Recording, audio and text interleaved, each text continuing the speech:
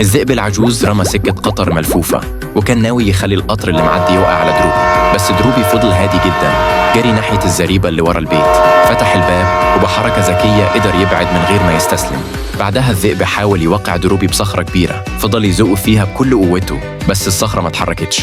اتعصب وقال يزق الجبل كله. وفي الوقت ده دروبي كان مكمل طريقه ورايح بيته، بس المشاكل دايما بتقابله، وبمجهود بسيط جدا قطعتين أرض توصلوا وبقوا قطعة واحدة. أول ما وصل دروبي ما قالش ولا كلمة، وطلع صندوق صغير ورماه على الأرض، وفجأة بيت صغير ودافي طلع من تحت الأرض.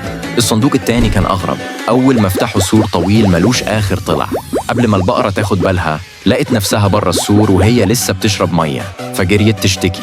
طلع إن الأرض دي بتاعت ماك وولف، ولما عرف إن حد سكن فيها من غير إذنه وكمان ضايقه، قرر يعلمه درس. أول ما شاف دروبي بدأ يضرب، فدروبي رد عليه وخلاه يطلع بشكل مضحك جدا كأنه عامل قصة شعر غريبة. الذئب اتكسف وما قدرش ينسى اللي حصل في عصبيته، فضل يضرب كتير، بس الضربات جت في راس قايل كان واقف بهدوء. القايل اتضايق وقرر يرد.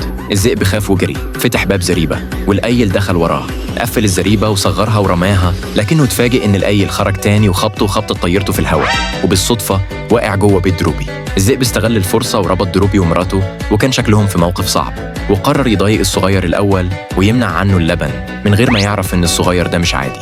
دروبي الصغير قرب منه والمصاصة في بقه. الذئب واقف مستغرب، وفي ثانية واحدة الصغير ضربه ضربة قوية، وبعدها شوية ضربات خلته يقع ومبقاش يقدر يعمل حاجة. ومع الوقت المزرعة رجعت هادية ودافية زي الأول، والذئب اللي كان متكبر ومتسلط بقى شخص شقيان وبيشتغل ويوصل اللبن لعيلة دروبي كل يوم.